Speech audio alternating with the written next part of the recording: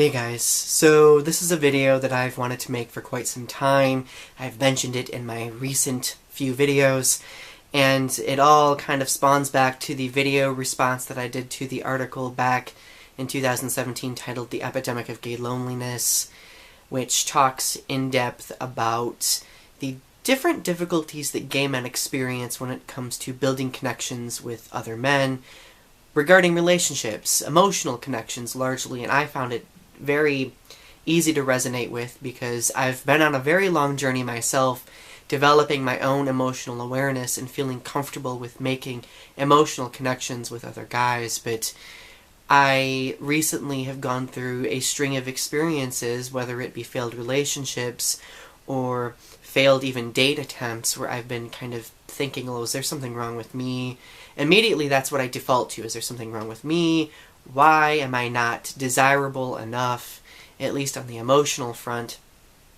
And I always end up at the end of that depressive state realizing that, it's not me, it's the condition of our culture and the condition of our community as a whole. Now, there is a distinct difference in my eyes between loneliness and isolation.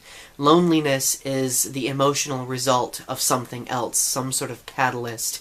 And in my opinion, isolation is that catalyst that causes the loneliness. Now, I can honestly say that one could still feel isolated in some sense, but isolation suggests that, for me, that the person has not lost all hope yet. Loneliness means, for me, I'm going to just keep saying for me, because this is my interpretation, that they have lost that hope. Now, why is there so much emotional isolation among gay men? I think that is a very good question to ask, and I think that's something that we should consider a lot.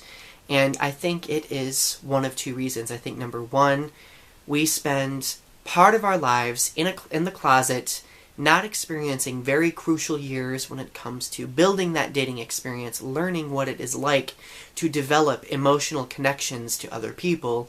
And number two, I think a lot of it has to do with how technology has made it much more convenient for us to quicken the pace of building those connections. And of course, ultimately, that technology has made the sexual result a lot more easy to access, and which is okay. Everybody has their preference. If a person prefers that and just wants that, that's great. But I've come to realize over the past 5 years of my life or so that a lot of gay men, the moment they start developing any type of emotional connection with somebody, they get scared because they're not really sure what they're supposed to do with it, nor are they sure of what role they're supposed to play. So instead of pursuing that emotional connection and learning more about it, they immediately close up, flee, or completely sever all communication. And of course, that makes it very difficult for people like me who have reached a state of emotional awareness where we've freed ourselves of the isolation that society's idea of men not expressing anything perpetuates. Like, I feel like I've escaped that for the most part because I'm aware of it and I try to discuss it as much as possible. But when other people fall into that trap, the effects resonate. The effects still impact me quite a bit.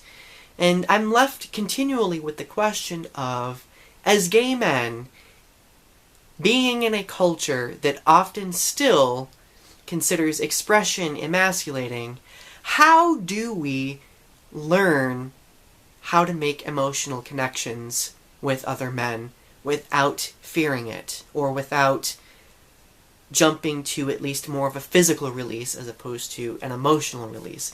I think there is a very distinct boundary between the emotional and the sexual for all of us. And believe me, I've experienced it myself many times, but I've gotten to the point where I've balanced those a little bit, and I want something more cohesive in that context. I guess my question is, what do we do? And the only answer that I can think of is that we need to unlearn the fact that expression is emasculating. I think we'll sit here and say that it is, and we'll acknowledge the fact that building those connections isn't emasculating, but I think we, as men, still fear what other men think.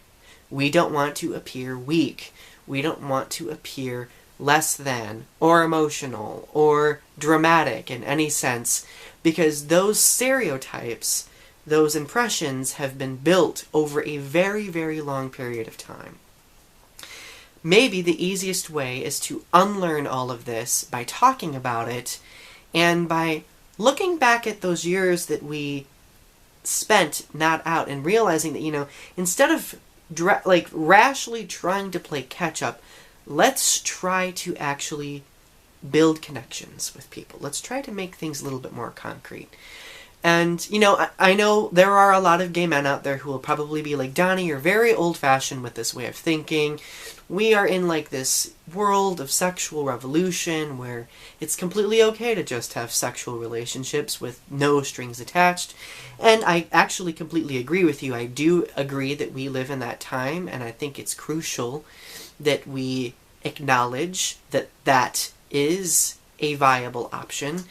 However, there are a lot of gay men who are nearing 30, like myself, who are realizing that they've spent the past 10 years doing nothing but settling for what is more convenient. And now that we are nearing that age mark, we're like, gee, it would be really nice to have some sort of emotional connection with someone else. Or it'd be really nice to know how to make an emotional connection with somebody else. So I think in a lot of ways, not only does our culture isolate us, but I think that the community itself isolates individuals within the community, especially if they want something more than simply settling for a sexual release. We need to overcome that isolation by drawing attention to it, and by overcoming that, we also overcome that hopeless loneliness that many will feel. So anyway, I hope that all of this made sense. I don't know if it made sense to me. I'm probably going to have to watch it through later to see if what I'm saying has some sort of cohesiveness to it. But if you are a gay man and you are feeling discouraged right now about being single, or about just being a sexual convenience for other people, or if you just feel like you're never ever going to find somebody, I'm here to tell you that there are a lot of people out there who still are looking for an emotional connection. Sometimes it'll take time to find it. I have my days where I get really discouraged, but I also have days where I remind myself, saying, Donny, you're a great catch, and anybody would be rewarded immensely by having you. Sometimes it's really difficult getting through that loneliness, that isolation, but I think together we can. Okay? So anyway, if you like this video and you want to share it, please feel free to do so. If you haven't yet, also subscribe to my channel. And as always, thank you for taking the time to watch my videos. I really appreciate it, and I would really very much like to hear your thoughts down in the comment section. Anyway, you have a great rest of your night.